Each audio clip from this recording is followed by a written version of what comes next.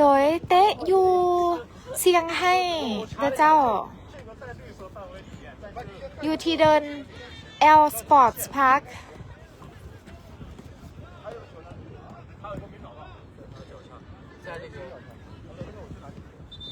เจ้าสบายดีท่านซอนนี่นอ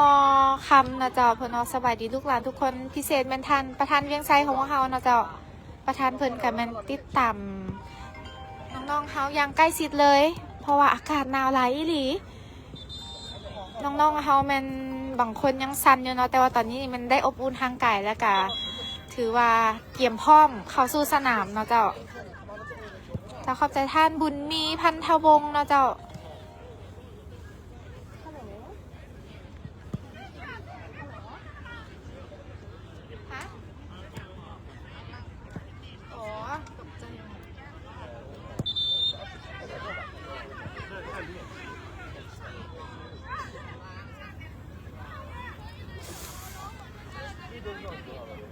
โดยขอบใจท่านจินดาลีนะเจ้า SNV เนาะเพิ่นบอกว่าหักสมจากนครหลวงเด้อ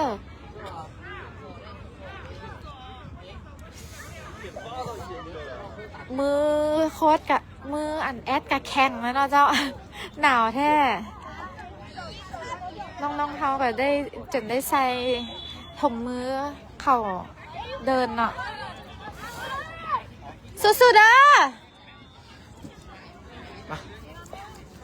มาต่อเลยบุมีไหมอ่ะมีเดี๋ยวลองหาอ๋อเจ้าขอบใจท่านยิ้มเล่งๆว่าเจ้าขอโทษด้วยถ้าอ่านผิดเนาะเพื่อนบอกว่าฮักสมจากสเกาหลีเลยคำสมิดาแล้วก็ทานสุดที่ด่าเนาะทองโพวงฮักสมจากหัวพัน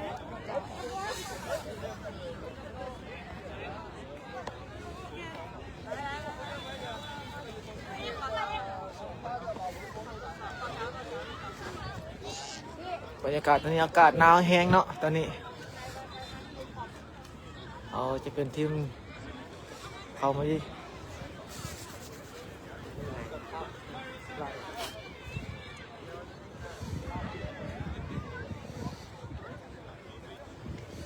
สวัสดีตอนนี้เซ็กซ์ซื้อน้องๆเนาะก่อนจะลงการแข่งขันตอนนี้กำลังเซ็กซ์ซื้อแต่ละคนอย่าลืมกดไลค์กดแชร์ออกไปให้กำลังใจน้องๆเนาะลืมกดหัวใจเพื่อเป็นกำลังใจให้น้องๆขอบใจชาวคอมเมนต์ต่างๆที่คอมเมนต์เข้ามา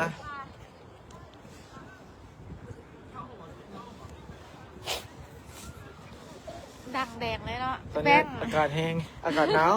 จังสาวันนี้จังสาตอนนี้4 องศาตอนนี้4 องศาเนาะเขาตีตอนเช้า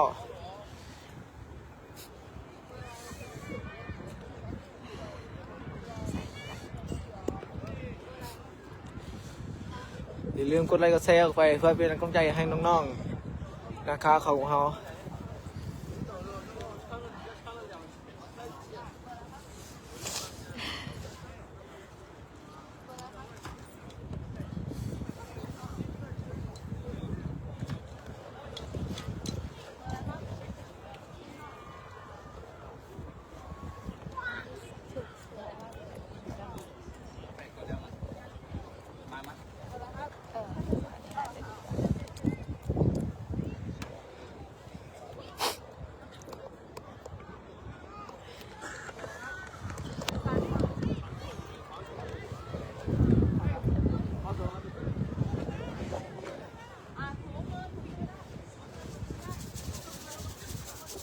ตอนนี้หนาวแห้งเนาะอากาศหนาวแห้งตอนนี้เขาเจ้าเองก็สั่นไปหมดแล้วตอนนี้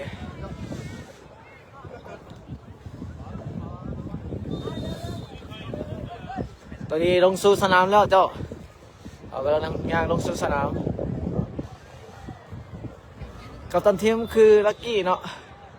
กับทิ้งเฮา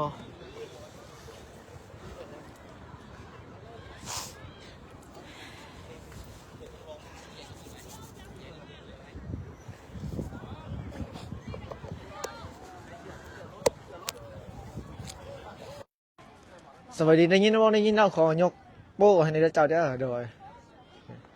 อย่าลืมกดไลค์กดแชร์ออกไปเพื่อเป็นกำลังใจให้น้องๆ WG นาคาของเขาขอบใจด้วยชาว FC ก้าเนาะ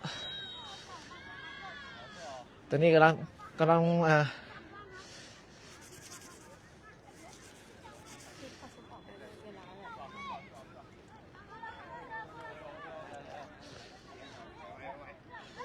สำหรับ WG นาคาของเขาจะบุกซ้ายไปหาขวาเจ้าทีมเยือนเขาจะเป็นอยู่เบื้องขวา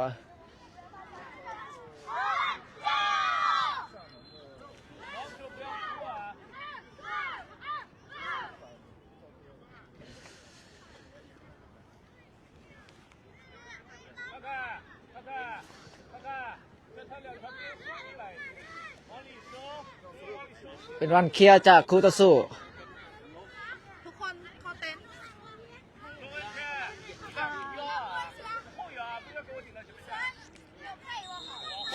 มันเคลียร์มาแล้วมันร่วมทีคู่ต่อสู้ออกมาทีว่างซ้ายเนาะลงประเทศด้านนังลักกี้วีบเข้าไป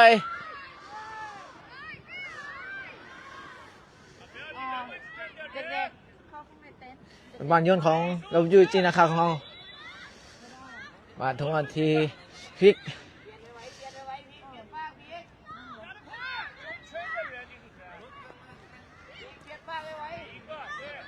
เปลี่ยนเป็นทีเบื้องซ้ายลักกี้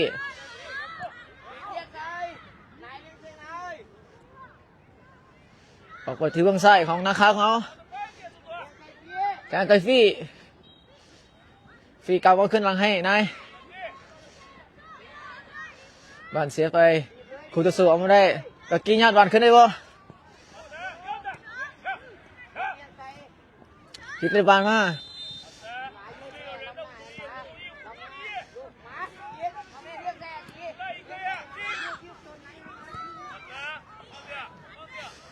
เป็นวันออกหลังไปวันตักเตะจากคูตะสูเนาะ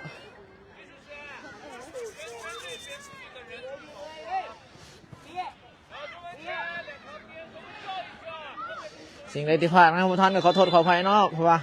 ตอนนี้หนาวแห้งบ้านเตะยาวขึ้นมาพลิกจับบ้านได้พลิกจะยิงดูส่งให้ทีลักกี้ส่งให้พลิกขึ้นพลิกใกล้บ้านก็ทราบว่าพี่ได้วันมาถึงยิงวะยิงนี่เป็นประตูไปแล้วโกเขานำกันไปแล้ว1-0ยิงจากพี่เนาะเริ่มเขานจากนาทีนะเมื่อกี้นี่เอาเพราะว่า3 นาทีนะำ3 นาทีเนาะเขานำไปแล้ว1-0เจ้าเป็นบ้านตั้งเดี่ยวเด้อเตะตกเลยเจ้าเนาะเดี๋ยวกลับมาเจ้ากลาง1-25 นาทีเป็นวันเคลียร์ว่าของคุตาสู้พลิกจะเข้าหรือว่าบอลได้มาทางพลิกแต่บอลดีบุเล่ส่งให้ซีไปแล้ววันนี้ในประตูที่2วันยิงนู่นนี่โอ้โหข้างไปว่าเป็นอย่างเนาะเป็นวันตั้งเตะไหมของคุตาสู้ตั้งเตะขึ้นมา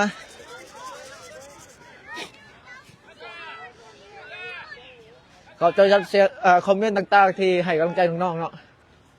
ก็จะเป็นยูซิลของเราบ้านเอาวันที่ด้านเบื้องซ้ายมือจะมีอะไรบ้างบ้านไหนมันติดพลิกก็ไปที่นายโอ้บ้านใจผิดพลาดไปจะขับบ้านได้ด้วยบ่เขาออกมาที่ด้านขวาให้ไปที่ทันมาจ่ายมาให้ครับลักกี้จังหวะผิดพลาดไปบานมาทันวานด้วยนี่บานตั้งฟรีรักมาจะยิงอะไรวะยิงก็ไปแล้วติดเสือของผู้สาวประตูยังได้อยู่ยิงอะไรวะออกข้างไปเป็นบ้านตั้งเตะแจ้ของWG นาคาของเขาจะมาดูกันว่าจะได้ดูประตูที่2บ่รุ่น10 ปีแล้วเจ้าตอนนี้รุ่น10 ปีของเตะก่อนบ้านเปิดมาของลักกี้ตั้งเสาแรกสักเข้าวันไปยิงวะยิงคนนี้ประตูเซฟได้เป็นวันนักเตะของWG นาคาเตะเจขึ้นมาอีก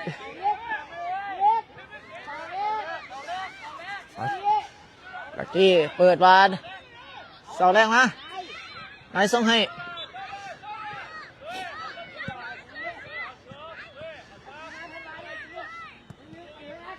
หลักใส่ยิงเลยบ่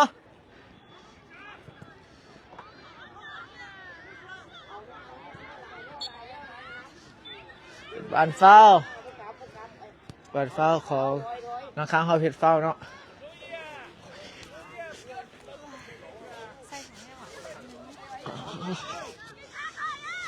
มันซุ่มอะไรกันล่ะเป็นวันเฝ้าเขาทิ้งเอิญเหรอไม่ต้อง เพิ่งเออ เป็นวันใดของพริก พี่ ฟียิงวะยิงดิเป็นประตูที่สองโกเป็นวันน้ำขึ้นไปอีกแล้วสองประตูของนาค้าของเขานำขึ้นไปจากฟียิงอีกแล้วถึง2 หน่วยเนาะฟี2 หน่วยแล้ว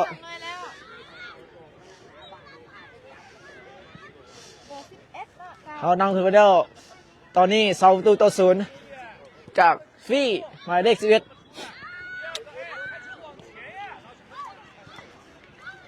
บ้านเขาเตะตังเดียวเจ้าเตะ25 นาที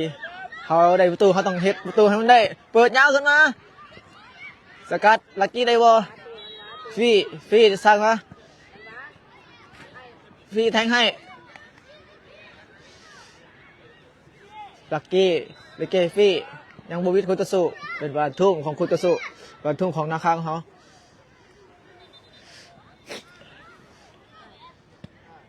ตอนนี้มันอายุบ่เกิน10 ปีแล้วเจ้าเป็นบานทุ่งของนาคาตอนนี้เตะอยู่เซี่ยงไฮ้แล้วเจ้าเตะอยู่ในประเทศจีนเจ้าขอบใจเด้อจากเกาหลีใต้เนาะที่ตามชมอย่าลืมกดไลค์กดแชร์ออกไปนายเปลี่ยนออกมาทียิงวะยิงไปนี่โอ้โกประตูที่3ยิงจากหมายเลข5แบ็คขวาของเขา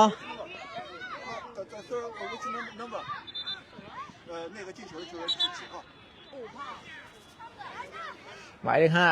5กลับมาทีตอนนี้น้ำแห้งจะดูนกคิกคินูWG เฮาเฮ็ดในพิษบังเนาะน้ำขึ้นไปแล้ว3 ประตูต่อ 0ไปบอลเข้าเขาพี่เจ้าได้แพ้สิแทงให้สิโอ้แทงเงาเกินไปเป็นบอลออกหลัง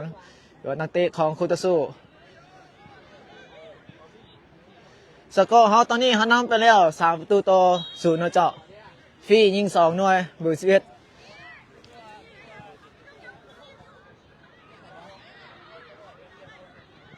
เบอร์5เบอร์5ให้เหรอสิง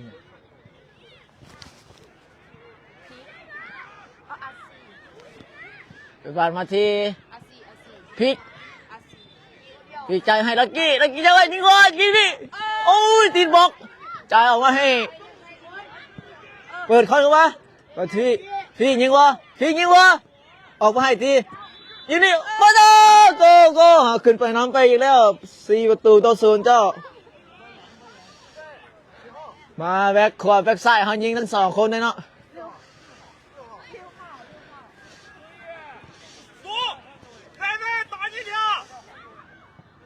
โอ้ยขอบใจเด้อเบิ่งจากแคนาดาจาก USA ก็มีขอบใจหลายอย่าลืมกดไลค์กดแชร์ด้วยเจ้าเด้อ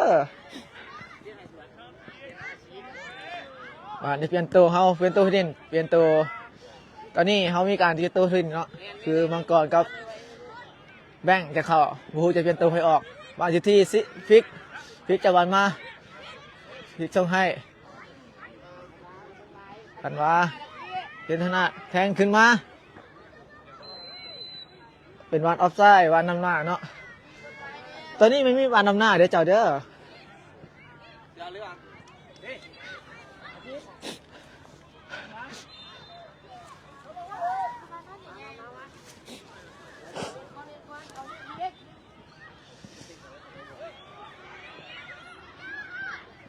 เฮ้ยฟาวโอ้บานบัวฟาวบัวเป็นยังนะ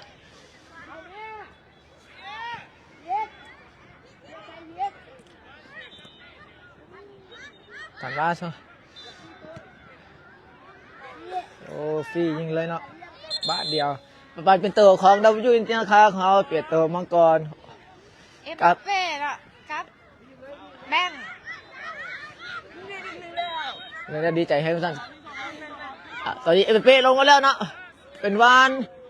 เจ๊ของเขาเป็นผู้คนที่เจ๊ของเขาเป็นลักกี้เจ็บเนาะบูฮูว่าเป็นอย่างตัวนี้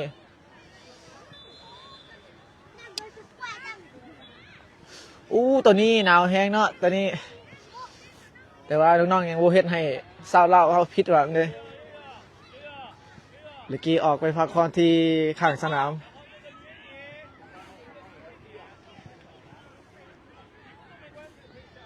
ตอนนี้บ้านตังเตมาจากประตูของคุณตะสูบาจริญญาว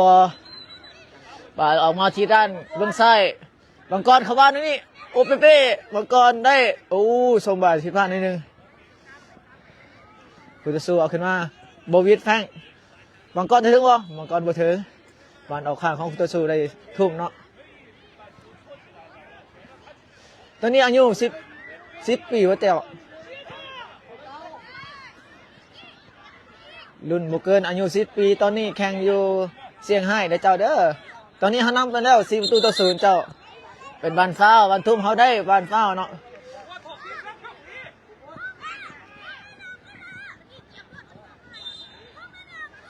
บานทุ่มของเราอยู่จริงนะครับเขาทุ่มไปทีนายฟี่ส่งให้แบงค์ส่งให้มังกรส่งให้ฟี่เป็นบานกลับมาแดนหลังเขาให้ไปที่พวงศัตรูแป๊บซี่จะมาได้ส่งให้ออกทีแบ็คขวาตอนนี้อยู่กับพลิกแทงให้ลักกี้จริงเลยว่าเอาตัดซี่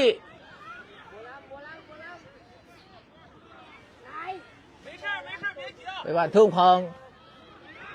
คุณตะสู้เลยบ้านทุ่งเนาะ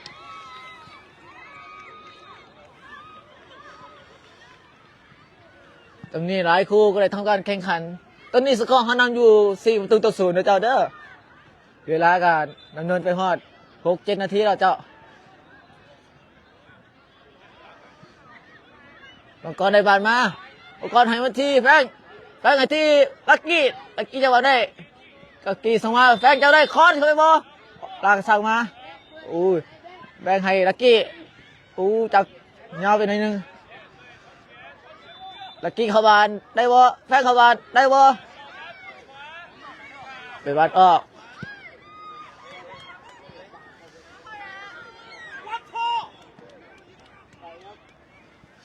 บานทุ่มแฟงสกัดมาเป็นบานทุ่มอีกครั้งหนึ่งตอนนี้เป็นการในตัวของคุณตะสูตัวหมายเลข41ออกหมายเลข15เข้าบานทุ่มมาที่ฟี่ได้บ่บานออกที่เบื้องซ้าย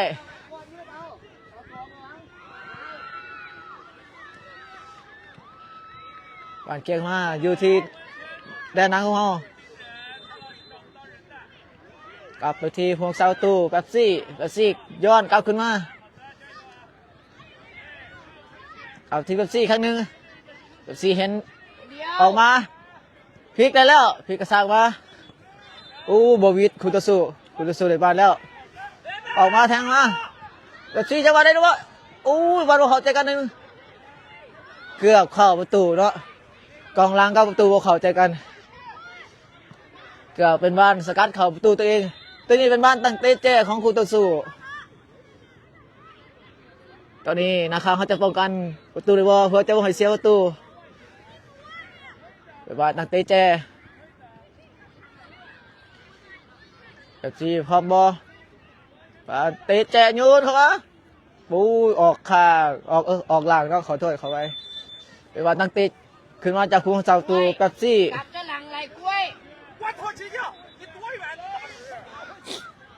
บ้านแบบซี่ได้ง่ายๆให้กับกล้วยก็ที่กระซาขึ้นมาแล้วฟีขึ้นมาแทงให้ ลักกี้วันมูเป็นวันล้ำหน้าเป็นวันล้ำหน้าเขากรรมการ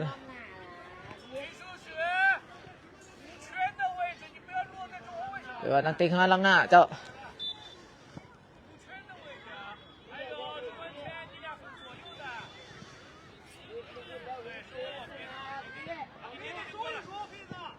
ตั้งแต่ยาวขึ้นมาพุทธสุจะได้ดูบ่ทีแบงค์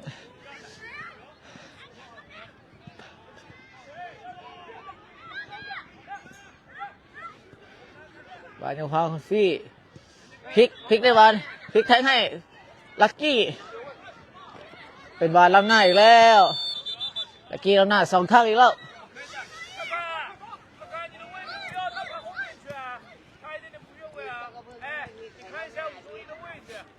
เป็นบานล้ำหน้าดับยืนจริงนะครับเขาขอบใจอีกครั้งหนึ่งครับเสียงคอมเมนต์แล้วขอบใจครับผู้ที่เบิ่งติดตามเขาตอนนี้200 ไปอย่าลืมกดไลค์กดแชร์เพื่อเป็นกำลังใจให้น้องๆ WG นะครับของเขาลักกี้ได้บ่ลักกี้ยังนี่โอ้ติดเซฟไปเป็นตัดเสียดายเป็นบ้านตั้งตีแจของ WG นะครับของเขาพลิกเป็นคนไปเปิดเนาะตอนนี้เขาจะได้ประตูที่5อีกบ่พลิกเป็นผู้ตั้งตีแจเข้ามาอยู่หน้าด้านหน้าเขาจะมีแบงแล้วก็พลิกเปิดเข้ามาเดี๋ยววะอู้สัตว์ขึ้นมาแบงทันวะแบงเปิดเข้าไปให้มังกรเจ้าบ้านโลกโอ้บนเป็นอย่างเจ้าบ้านดีบ้านแรกบดีเนาะเวลาคุตสุเลยบ้านมาติดบล็อกเป็นบ้านทุ่มของคุตสุเอาคุตสุทุ่มไปแบงสกัดมาได้มังกรไปแล้วมังกรไปอู้ขอบใจจาก300 คนที่เข้ามาชมมาเชียร์นักกีฬาของเราเนาะอย่าลืมกดไลค์กดแชร์เพื่อเป็นกำลังใจให้น้องๆWG นะคะของเรา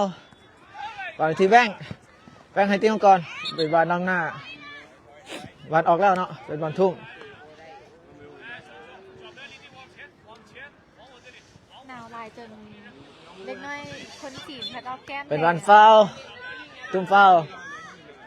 ขึ้นหน้าเลยไปมังกรจับบอลได้มาอยู่ที่มังกรมาที่พลิกไปคนเดียวพลิกซากไปโอ้โบวิดกูจะสู้ได้บอลมาแทงให้วิดดูบอลอยู่ที่แบงส่งมานายยืนเอาบอลบอที่พี่แนมเห็นมังกรยังไม่ให้ยังจ่ายให้แบงก่อนแนมเห็นแบงเข้ามาอู้เป็นบอลสกัดกองในทุ่มของเขาเป็นบอลเอาข้างบอลเขาได้ทุ่มเนาะสลักกี้นี่ยังสร้างประตูได้เถื่อเนาะเขาก็เป็นกำลังใจให้ลักกี้อยู่ลักกี้ยิงถึงบล็อก2-3 ครั้งเปลี่ยนออกมาเปลี่ยนนายออกมาแล้วเปลี่ยนเป็นวันทุ่มเสียความขาดสนามเนาะเป็นกำลังใจให้กันมาบอกกันมาทีมังกรให้พลิก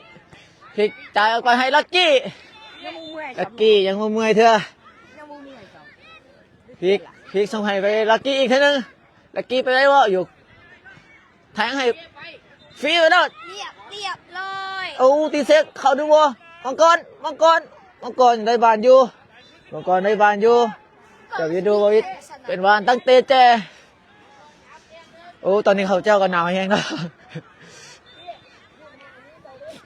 พลิกยังอุทันยิงเถอะเดี๋ยวเจ้าเดี๋ยวเป็นวานตั้งเตะแจผู้เตะก็คือลักกี้ให้อาซีให้พี่ยิงวะอุ้ยมังกรยิงวะเรียบร้อยโกมังกรเขายิงก็แล้วลงเปลี่ยนตัวลงไปหมายเลข7เอ็มบัปเป้ของเขาเอ็มบัปเป้ยิงไปแล้วหน่วยนึง บ้านตัวนี้เขานำขึ้นมาแล้ว5-0เจ้าตัวนี้สกอร์เขานำอยู่5-0บ้านเคลียร์เขามาคู่ต่อสู้ลักกี้ไรบ้านออกมาที่แดนซ้ายมังกรวีบ้านได้บ่มังกรวีบ้านอีกลักกี้ไรบ้านได้บ่ฟีนี่อู้ยข้ามคานไปเป็นตาเสียดายบ่เป็นหยังเนาะบ้านเขานำไปแล้ว5-0ทางคู่ต่อสู้มีการเปลี่ยนตัวอีก ผู้ช่วยตะกล้องเลยผู้ช่วยตะกล้อง ตอนนี้ตากล้องเนาะคือบรรยายกับน้าวแห้งจนสั่นนะ เหี้ยสนองไปแล้ววะยืนไอ้ทันฟ้า อย่าลืมกดไลค์กดแชร์ให้น้องๆเขาเด้อบ้านตั้งใจยาวขึ้นมาพลิกได้ส่งให้พลิกกระซากรักเนื้อออกมาทีเซฮันลักกี้จะวินวะลักกี้ไปลักกี้ได้วินวะส่งให้พลิกดูจับบานยาวไปหนึ่งเนาะแต่ก็เก่งแล้วบ่เป็นหยังบ้านอยู่ที่ภูเสาตูสาดยาวขึ้นมาบ่บิดแบงบางทีฟีออกมาที่มังกรบ่เข้าใจกันย้อนเอาขึ้นครูทักษุโอ้ยขอโทษขอไปเนาะตอนนี้หนาวแห้งเจ้าปางทีลักกี้ยิงลักกี้เขาโกลักกี้ยิงเข้าแล้วโ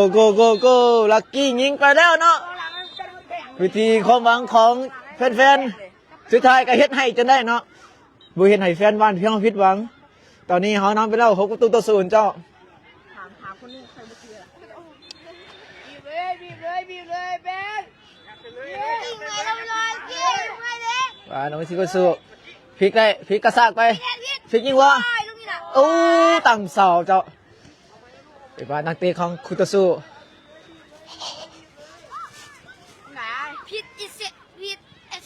เป็นบ้านตั้ง น้ำเป็น6-0ละตอนนี้เราเขานำ6-0แล้วเจ้าเดี๋ยวเป็นบ้านนักเตะยาวขึ้นมาของคุตสุบอบิดฟีจะได้สิยิงวะยิงยาวโอ้ยข้ามคานไป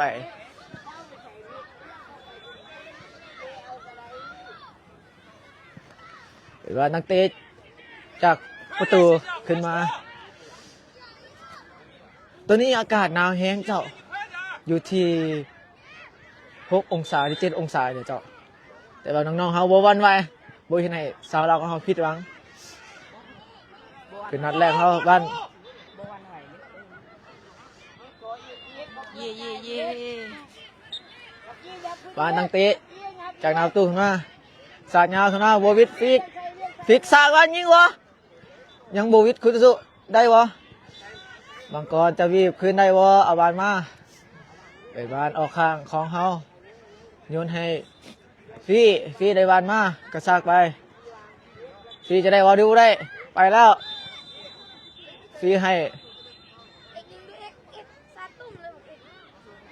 โอ้ตอนนี้ฟีได้บานโอ้บานว่าไปตีเนาะโอ้เป็นบานบาดเจ็บของดับยืนกินนะครับเขาแม่นผู้ใดบาดเจ็บเจาะตอนนี้เอกบาดเจ็บแพทย์สนามของเขาไปเบิ่งมันเป็นยังไงวะตอนนี้สงสัยจะถึงมือฟาดปากบ่เนาะมือตีปากเราเจาะแบบมือของครูตัวสูท่านว่ากับเอกตำกัน อ๋อเป็นบานตั้งกันเองเนาะเจ้า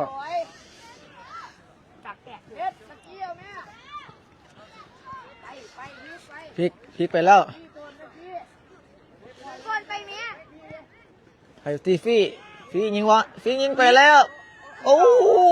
ต่ำเสายังไม่เข้าเถอะบานเคลียร์มาด้านซ้ายเป็นบานทุ่งของเขามังกรทุ่งให้ฟิกอยู่ที่ฟีจะไปอยู่ที่พลิกยิงแล้วนี่โอ้ติดบล็อกมังกรเป้ลักกี้ยิงยาวเดียวโอ้ยิงคอยเกินไปประตูจับเอาสบายแล้วจับเอาจะบีบเลยออกทีแบ็คซ้ายเป็นวานโยนเป็นวานโ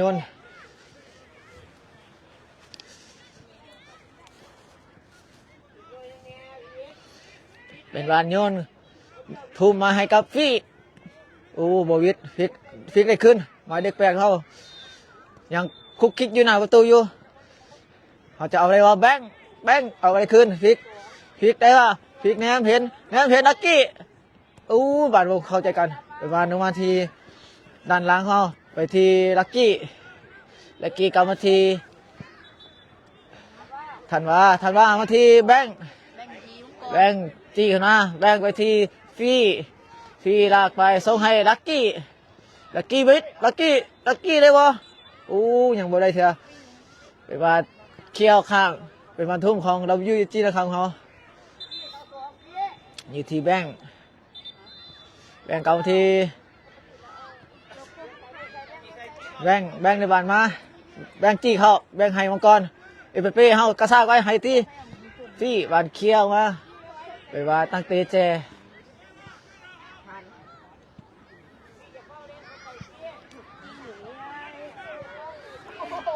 ลักกี้เป็นคนตั้งเตเจ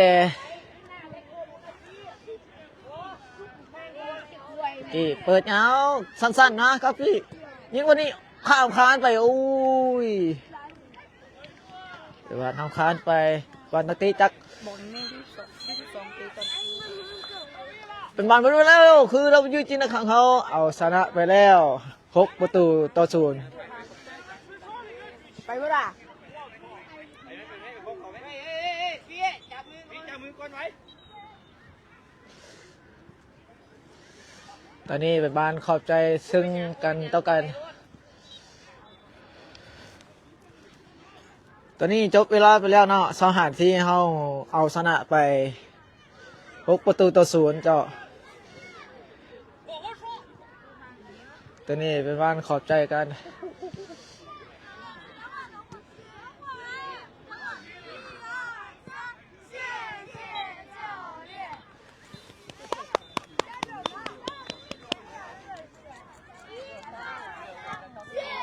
เป็นบ้านของนักกีฬาขอบใจของบรรดาโค้ช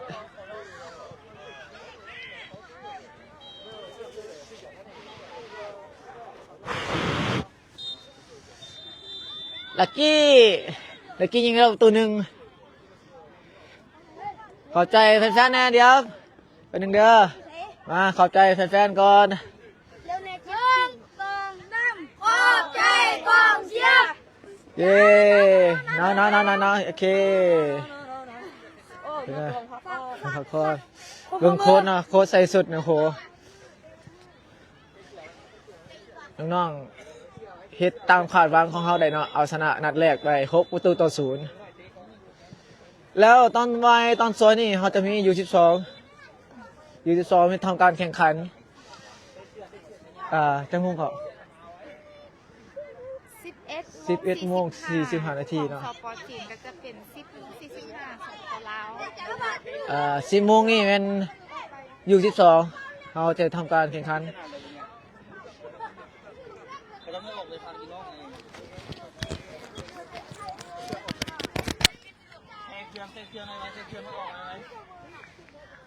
สนามนี้เหมือนเดิม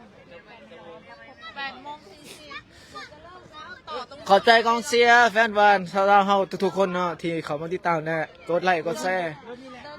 แล้วเฮาจะมาพบกันใหม่10:45 นาที